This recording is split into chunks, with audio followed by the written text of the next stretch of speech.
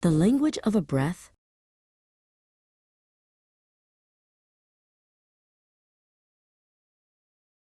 The world outside was a brittle, crystalline white.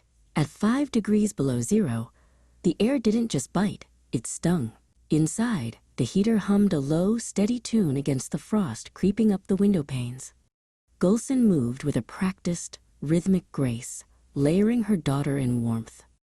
For Fatima, who lived with cerebral palsy and could not tell her mother if she felt a chill, these layers were more than just clothes. They were a mother's first line of defense. Despite the school delays across the county, Fatima's day program remained open. Her father, Levent, checked his watch and then the thermometer. "The van is coming," he whispered, kissing Fatima's forehead.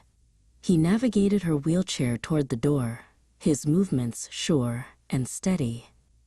Every Wednesday had its routine, and even a freezing morning couldn't break the momentum of a life built on careful schedules. By noon, the rhythm of the day fractured. In the bustling room of the program, Fatima's breathing changed. It wasn't a sound everyone would notice, but to those who knew her, it was a siren. A subtle rattle, a slight tug in her chest, a heaviness in her eyes. Being nonverbal meant Fatima spoke through the rise and fall of her shoulders, and right now, she was telling a story of distress. The phone call brought Levent back into the cold. He drove through the biting wind, his mind racing faster than the tires. When he reached her, he saw the flush in her cheeks, not from the cold, but from a burgeoning fever. He secured her into the van with practiced hands, whispering words of comfort that he hoped she could feel through the vibration of his voice. Back at home, the atmosphere shifted into a quiet, focused intensity. Gulsen was waiting at the door, her nurse mom instincts already sharp. Together, the parents transitioned Fatima from her chair to the comfort of the living room. The outside world was frozen and still, but inside, the air was thick with the labor of care. Gulsen reached for the pulse oximeter. She slid the small device onto Fatima's finger, holding her hand steady. They watched the glowing red numbers flicker. 94, Gulsen murmured. It was on the edge, a number that demanded vigilance, but allowed for a shallow breath of relief. For families like theirs, health wasn't a given. It was a set of data points monitored with a hawk's eye.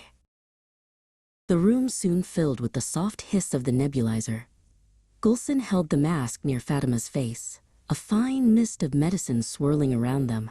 "Breathe, Kanem," Gulsen whispered. It was a slow process, a test of patience and presence. To the outside world, this was a medical chore. To Gulsen, it was a sacred conversation between two souls who didn't need words. As the medicine began to work, a new visitor arrived. Figaro, the gray-brown tabby cat, hopped onto the sofa with a soft chirp. He didn't care about oxygen levels or fever meds. He only knew that his human was tired. He curled himself into a warm, purring crescent against Fatima's side, his steady heartbeat a companion to her own.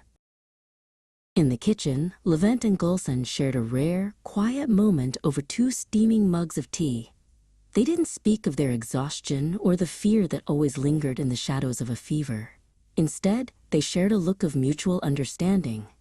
The vigilance was constant, the responsibility immense, but it was a weight they carried together, anchored by a love that required no translation. By evening, the fever had begun to break, and the wheezing slowed to a soft, rhythmic hum. Fatima drifted into a deep, healing sleep. The freezing Wednesday was drawing to a close, and the house was silent once more. In the stillness, the constant watch continued, a silent, beautiful vigil of a family bound by the language of the heart.